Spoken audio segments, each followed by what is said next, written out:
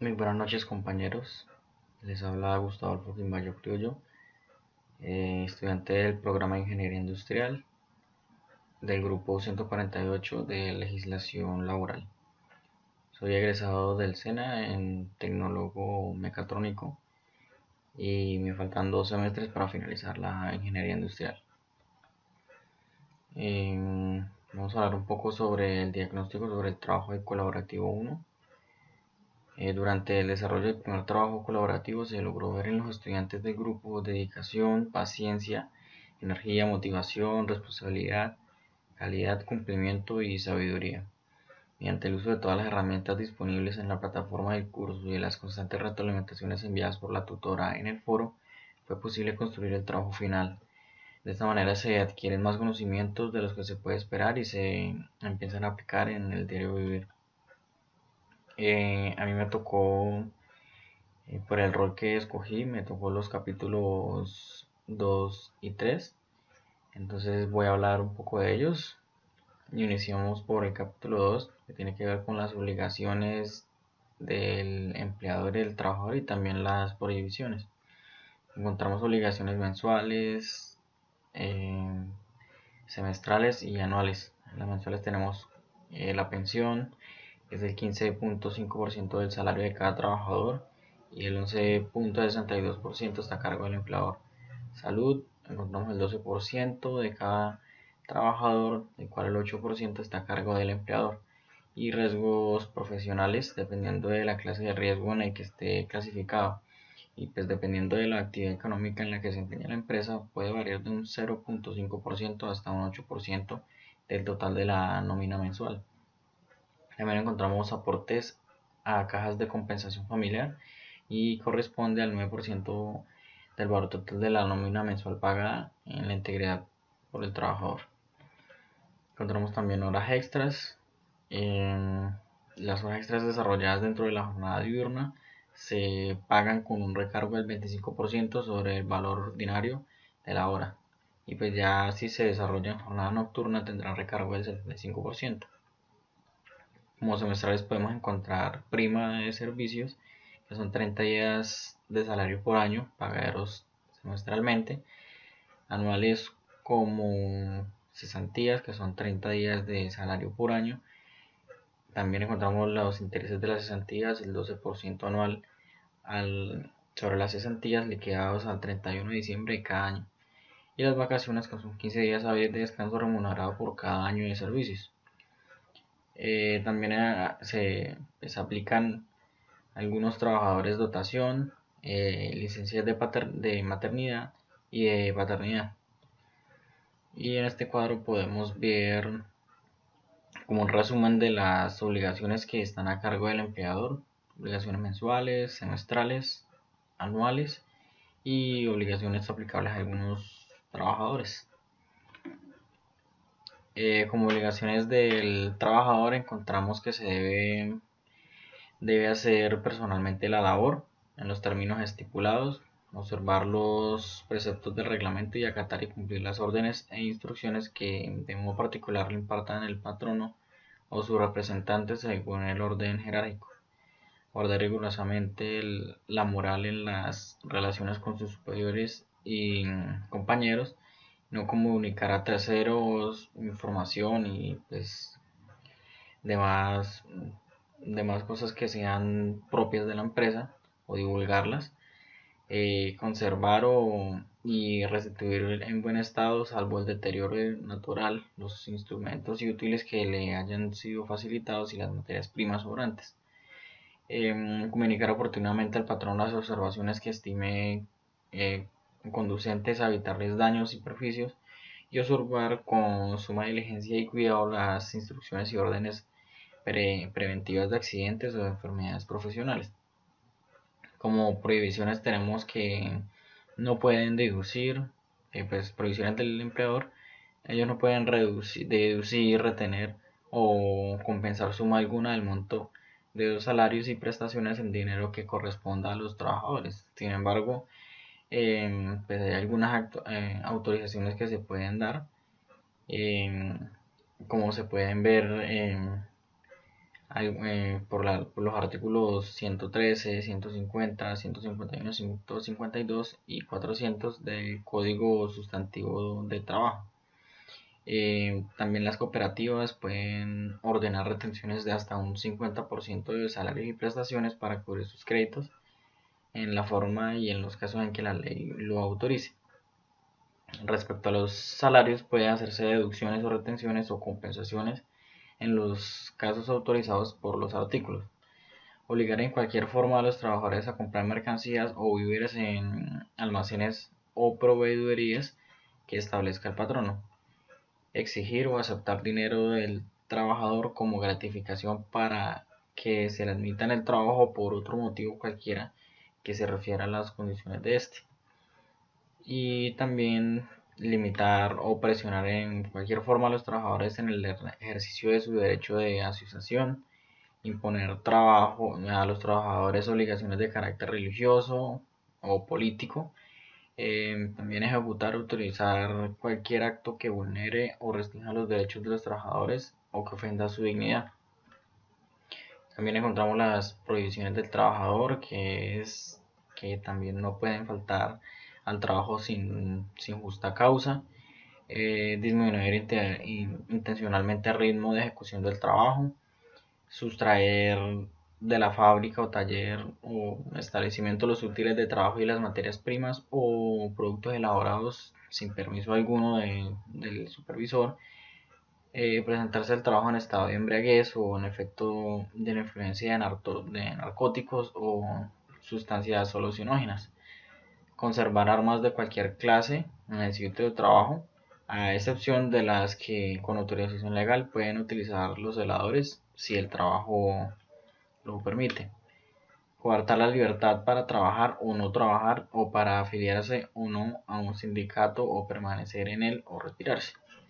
Utilizar los útiles o herramientas suministrados por el patrón en objetos distintos del trabajo contratado. Pasamos al capítulo 3, que es el salario y sus elementos constitutivos.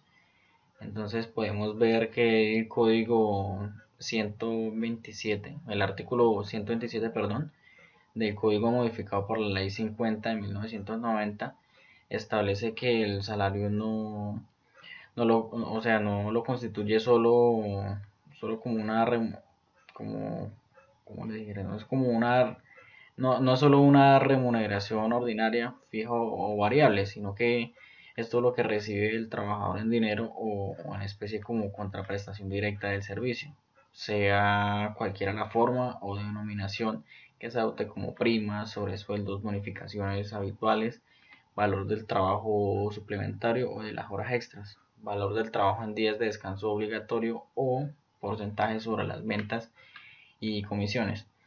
No constituyen salario las sumas que ocasionalmente por mera libertad recibe el trabajador del empleador como primas, bonificaciones o gratificaciones ocasionales, participación de utilidades excedentes de la compañía solidaria y lo que recibe en dinero o en especie no para su beneficio ni para enriquecer su patrimonio, sino para desempeñar a cabalidad sus funciones como gastos de representación, medios de transporte, elementos de trabajo y otros semejantes. Tampoco constituyen salario los beneficios o auxilios que las partes hayan dispuesto expresamente que no constituyen salario en especie, tales como la alimentación, habitación o el vestuario. En el artículo 131 del Código de Trabajo, las propinas que recibe el trabajador no constituyen un salario y en consecuencia no pueden pactarse como retribución del servicio prestado por el trabajador lo que éste reciba por propinas. Cuando el salario se pacte en especie debe valorarse expresamente y no debe conformar más del 50% de la totalidad del salario. No obstante, cuando el trabajador devengue el salario mínimo legal, el valor concepto de salario en especie no podrá exceder el 30%. Encontramos viáticos también. Nos dice el artículo 130 del código que los viajes permanentes constituyen salario en aquella parte destinada a proporcionar al trabajador manutención y alojamiento, pero no en lo que solo tenga por finalidad proporcionar los medios de transporte o los gastos de representación.